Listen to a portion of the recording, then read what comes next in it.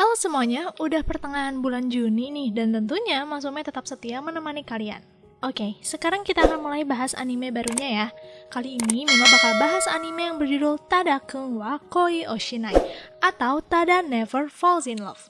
Ini tuh anime yang menceritakan tentang seorang murid SMA bernama Mitsuyoshi Tada yang secara tidak sengaja bertemu dengan cewek bule bernama Teresa Wagner. Teresa adalah gadis yang sangat menyukai drama Jepang bernama Rainbow Shogun, dan dari sana dia sangat terobsesi dengan Jepang. Mereka dipertemukan ketika Tada sedang sibuk memfoto pemandangan bunga sakura, dan secara tidak sengaja Teresa malah muncul di tengah-tengah sesi pemotretan itu. Dari pertemuan itulah takdir menarik mereka kembali bertemu di sekolah, karena ternyata Teresa menjadi murid baru di sekolah yang sama dengan Tada. Nah, kebersamaan mereka terbentuk secara perlahan di sekolah. Gimana cerita lengkapnya? Kita langsung mulai aja yuk ceritanya. Inilah dia, Tada-kun wa Koi o Shinai.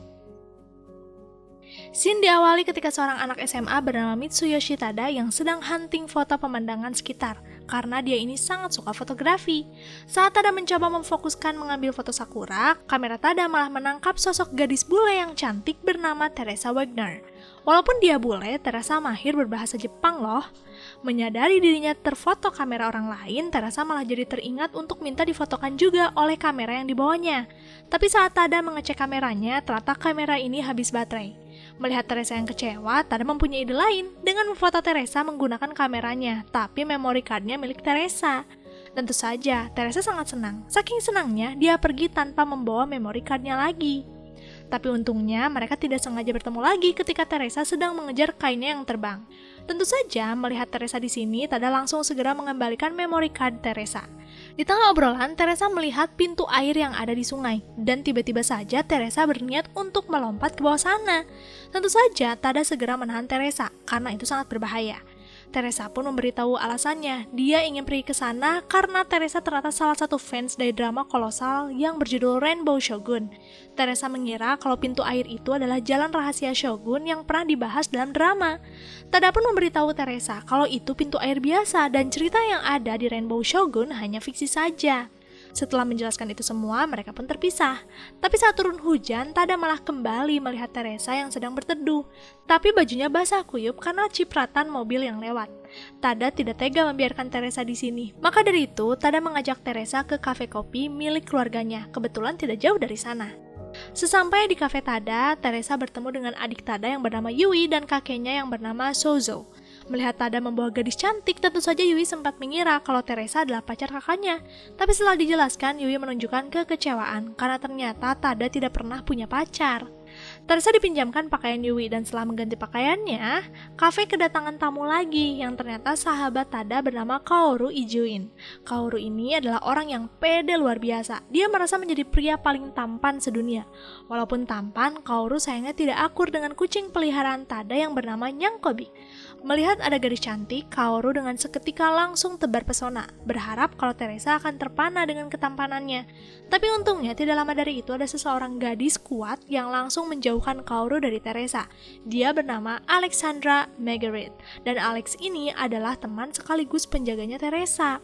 Setelah mengetahui apa yang sebenarnya terjadi, Alex meminta maaf karena terlalu gegabah. Sikap Alex yang seperti ini karena dia gelisah kehilangan Teresa seharian. Ternyata Teresa terpisah dengan Alex ketika turun dari kereta. Perhatian Teresa semakin teralihkan ketika melihat bangunan Jepang yang mirip di Rainbow Shogun. Dan saat Teresa akan kembali, Teresa baru ingat dia tidak membawa uang sama sekali, jadi dia sulit mencari Alex. Singkat cerita, Alex dan Teresa pamit. Alex harus segera mencari penginapan yang sudah dipesan sebelumnya oleh seseorang. Sejauh ini, kita bisa merasakan kalau Teresa ini bukan orang biasa kan? Setelah berkeliling ke sana kemari, Alex dan Teresa malah kebingungan mencari lokasi. Yang gak bingung gimana, petanya manual seperti ini. Saat mereka sibuk mencari kesana kemari, secara tidak sengaja mereka berdua malah kembali bertemu dengan Tada dan Kaoru yang kebetulan sedang hunting foto. Alex pun menanyakan kepada Tada sebuah gedung mewah bernama Grand Palace Ginza. Tada pun memberitahu Alex kalau sepertinya ada kesalahpahaman di sini, karena Grand Palace Ginza tidak semua itu. Bahkan tempat ini ternyata ada di samping kafe Tada. Tentu saja sebuah takdir yang sangat unik, kini mereka malah bertetanggaan. Tidak hanya itu saja, di keesokan harinya dengan mengejutkan wali kelas memberitahu kalau akan ada murid baru dari luar negeri dan ternyata itu Teresa dan Alex. Selain menjadi tetangga, kini mereka jadi teman sekelas juga loh. Yoroshiku onegai shimasu. Singkat cerita, selesai jam pelajaran, Teresa dan Alex didatangi ketua kelas yang bernama Hinako Hasegawa. Di sini, Hasegawa ingin memberitahu mereka berdua kalau setiap murid di sekolah ini harus mempunyai klub. Maka dari itu, untuk memudahkan pemilihan klub, Hasegawa akan mengantar mereka berkeliling. Setelah mendatangi berbagai macam klub, kini saatnya Hasegawa membawa mereka ke klub fotografi, dan ternyata anggotanya ada Tada dan Kaoru. Kedatangan mereka disambut si ketua klub yang bernama Hajimete Sugimoto, tapi semua anggota memanggilnya Pin Senpai. Oh iya, Hasegawa juga salah satu anggota di sini. Teresa sempat teralihkan pandangannya ke meja yang dihiasi foto model bernama Hina. Tapi belum juga Teresa menyentuh, Pin Senpai sudah berteriak melarang Teresa menyentuh barang yang ada di sana. Tentu saja Alex tidak terima Teresa disentak seperti itu. Kaoru pun menjelaskan kalau itu adalah model kesukaannya Pin Senpai dan memang tidak boleh ada yang menyentuhnya. Di sini Alex memperhatikan si model Hina, tapi di waktu yang bersamaan Alex merasa kok mirip ya dengan Hasegawa. Teresa melihat-lihat hasil foto dan di sini dia tertarik, sangat ingin bisa menghasilkan gambar yang bagus juga. Maka dari itu Teresa mengajak Alex untuk bergabung. Tapi Alex saat ini masih ragu. Hasegawa pun menawarkan kepada Teresa dan Alex mencoba kegiatan klub. Jadi sebelum bergabung mereka bisa coba-coba dulu nih. Tentu saja Teresa langsung mengiyakannya dan kegiatan yang akan mereka lakukan adalah pertarungan dua tim. Teresa dan Alex dipinjamkan kamera untuk bisa ikut hunting foto. Masing-masing tim harus mengambil gambar lawan sebaik mungkin, tapi ada giliran mengambil fotonya. Ya lebih kayak main kejar-kejaran tapi hasilnya harus ada foto lah. Mereka pun pergi ke halaman sekolah, tapi sebelum dimulai, Pin Senpai meminta Tada memanggil anjing kesayangannya. Tentu saja Teresa bingung, kok anjing ikut bermain? Tada pun memanggil dengan cara bersiul dan tidak lama dari itu yang datang malah seorang murid lain bernama Kentaro Yamashita. Jadi Kentaro ini junior yang baru bergabung dan dia sangat menuruti Tada. Ya, jadi sikapnya mirip anjing lah, itulah kenapa disebut anjingnya Tada. Setelah semuanya berkumpul, Tada mulai menjelaskan bagaimana alur mainnya, dan kini saatnya permainan pun dimulai. Selama permainan, mereka lari ke sana kemari mencoba mendapatkan foto terbaik sampai batas waktu giliran mereka habis. Dari tim A yang mengejar tim B sampai nanti ada giliran tim B yang mengejar tim A. Selain mengandalkan kemampuan, di momen ini trik juga harus diperhatikan loh, agar bisa mendapatkan foto yang bagus. Dan setelah mulai permainan yang panjang, akhirnya Pin Senpai memutuskan kalau foto terbaik adalah foto yang diambil oleh Alex. Merasa kalau kegiatan ini sangat menyenangkan, Teresa pun memutuskan bergabung klub ini saja. Sebagai bodyguard, Alex tentu saja ikut bergabung. Pin Senpai sangat senang karena klub ini ada anggota baru. Maka dari itu, untuk merayakannya, mereka semua pergi ke kafe Tada. Kanpai!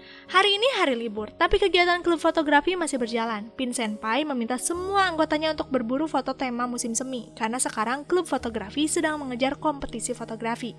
Mereka mencari berbagai macam foto yang mengagumkan, dan di sini Teresa melihat kalau Tada sangat serius dengan hobinya. Kentaro juga mengakuinya, menurutnya ambisi Tada adalah salah satu daya tariknya. Dia sangat serius ketika hunting foto, itulah kenapa Kentaro sangat mengagumi Tada. Di keesokan harinya saat anggota lain sibuk melihat-lihat hasil foto, Pin Senpai tiba-tiba datang dengan keringat bercucuran. Kepanikan ini terjadi karena ternyata dia baru saja mendapat email kalau dia memenangkan undangan meet and greet Hino. Dan seperti biasa, Alex melihat wajah Hasegawa yang tiba-tiba gugup. Di keesokan harinya, saat jam olahraga, Hasegawa dan Alex tidak sengaja bertabrakan. Tentu saja mereka berdua dibawa ke ruang UKS. Di sini Alex tanpa basa-basi langsung meminta maaf kepada Hasegawa karena wajahnya terluka. Padahal sebentar lagi ada meet and greet kan? Mendengar ucapan itu, Hasegawa terkejut. Penyamarannya ternyata disadari Alex. Mau tidak mau, Hasegawa pun menjelaskan tentang pekerjaannya ini. Mereka membahas itu di tempat tinggal Teresa. Alasan Hasegawa menjadi model awalnya hanya ketidaksengajaan saja. Bibinya meminta tolong Hasegawa menjadi model pengganti karena model sebenarnya sakit. Tapi entah bagaimana ceritanya, tiba-tiba saja fotonya menjadi terkenal. Malah banyak orang yang menggunakan dia sebagai model iklan. Alex pun menanyakan kepada Hasegawa kenapa tidak jujur kepada Pin Senpai kalau Hina adalah dirinya. Tentu saja Hasegawa tidak bisa mengungkapkan semudah itu. Selain takut adanya kekecewaan dari Pin Senpai, Hasegawa ingin Pin Senpai menyukainya sebagai Hasegawa, bukan sebagai Hina. Mendengar ucapan itu, Teresa hanya memberitahu kalau di mata Teresa, baik Hasegawa ataupun Hina, itu adalah gadis yang sama-sama juga, sama-sama cantik dan pintar. Hasegawa sangat tersentuh mendengar ucapan Teresa. Singkat cerita, hari pertemuan dengan Hina tiba. Para anggota klub diminta mengantarkan Pin Senpai ke sini. Tapi Pin Senpai malah telat. Alasannya telat mungkin karena dia repot menyiapkan penampilan anehnya ini. Sebagai teman yang baik, mereka tidak ingin membuat Pin Senpai terlihat menjijikan di mata idolanya. Maka dari itu mereka suit untuk menentukan siapa yang mau berganti pakaian dengan Pin Senpai. Dan sayangnya Tada kalah. Setelah mengganti pakaiannya, kini saatnya Pin Senpai bertemu dengan Hina, dan tentu saja Hasegawa sudah berdandan sebaik mungkin menjadi sosok Hina. Ketika giliran Pin Senpai, terlihat Pin Senpai ternyata masih mengalami kegugupan yang parah. Saking gugupnya, waktunya habis sia-sia. Pin Senpai tentu saja disuruh untuk segera keluar. Pin Senpai baru sadar kalau dia sudah menyanyiakan momen ini. Dia pun berlari menuju Hina lagi dan langsung menggenggam tangannya. Pin Senpai berterima kasih kepada Hina karena sudah terlahir dan tidak lama dari itu, Pin Senpai pun ditarik keluar. Hasegawa sebenarnya sangat berharap pertemuan tatap muka itu menyadarkan Pin Senpai tentang identitasnya. Tapi sayangnya Pin Senpai sampai saat ini belum menyadari hal itu. Walaupun begitu, untuk sekarang mungkin inilah yang terbaik. Hari ini adalah tepat 10 tahun kematian orang tua Tada akibat kecelakaan. Pertemuan terakhir itu cukup tidak menyenangkan karena Tada marah ketika orang tuanya pergi. Tapi walaupun anaknya marah, ayah Tada yang bernama Junichiro memotret anaknya dari kejauhan. Dan foto inilah foto terakhir yang diambil Junichiro. Untungnya kamera tidak rusak saat kecelakaan, jadi Tada mempunyai kenangan dari hasil ayahnya ini. Junichiro adalah fotografer handal, itulah kenapa Tada menyukai fotografi. Lalu di sini, Kaoru mengajak Tada dan Yui ikut dalam acara yang sering dibuat Kaoru setiap tahun. Acara ini disebut Ijuin Kaoru Show. Dan kali ini di pertunjukannya, Kaoru akan membuatkan makanan lezat untuk semuanya. Sebagai anak dari pemilik restoran Jepang terkenal, tentu saja Kaoru bisa masak. Kaoru tidak masak satu menu saja loh, dia bahkan mau membuatkan makanan yang berbeda-beda setiap orang mengikuti requestannya. Tapi walaupun begitu, Kaoru bisa menghidangkan semua makanan dengan lezat. Setelah makan, Kaoru mengadakan acara lain, yaitu pergi ke Sento. Bahkan khusus hari ini, Kaoru membooking Sento hanya untuk mereka saja. Tentu saja hal ini adalah hal yang mudah bagi Kaoru secara anak orang kaya. Setelah berendam dengan cukup lama, akhirnya Ijuin Kaoru Show berakhir. Di perjalanan pulang, setelah beberapa dari mereka berpisah, Teresa menanyakan tentang acara tahunan ini. Apa sih alasan Kaoru melakukannya?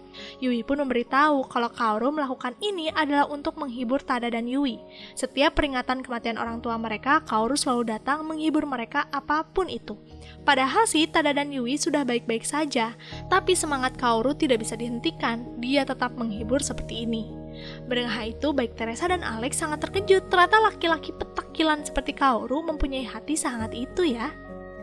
Lalu di sini, saat Teresa dan Alex akan kembali ke kamarnya, Alex merasa ada yang aneh dengan pintu kamar. Pasti ada seseorang yang masuk.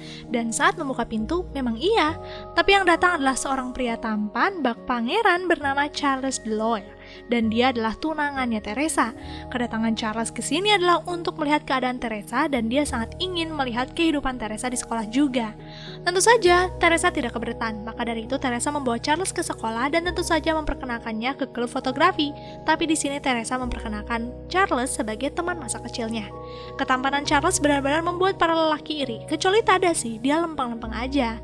Tapi walaupun pada awalnya Charles menjadi musuh para lelaki, lambat laun ketika Charles memuji beberapa kesukaan mereka, satu persatu jadi mau berteman dengan Charles. Sepulang sekolah, Charles juga dibawa ke kafe Tada.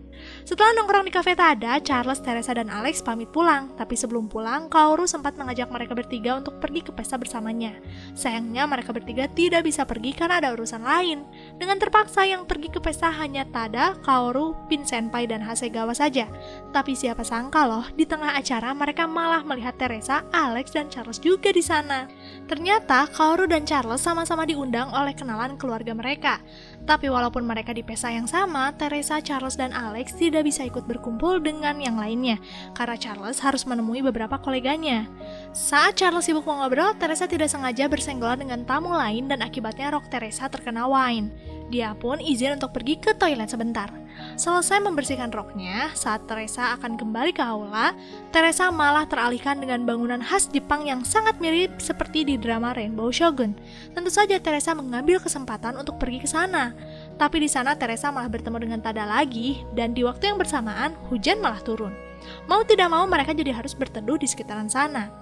Di sini, mereka benar-benar menikmati waktu berdua. Sambil menunggu hujan reda, mereka melihat hasil jepretan Tada.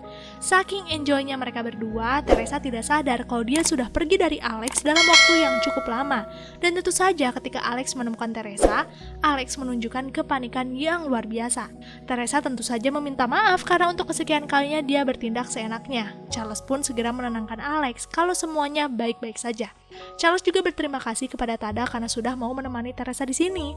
Mereka pun pamit kembali ke dalam aula. Tapi entah kenapa, melihat Teresa disentuh seperti itu membuat hati Tada jadi tidak enak.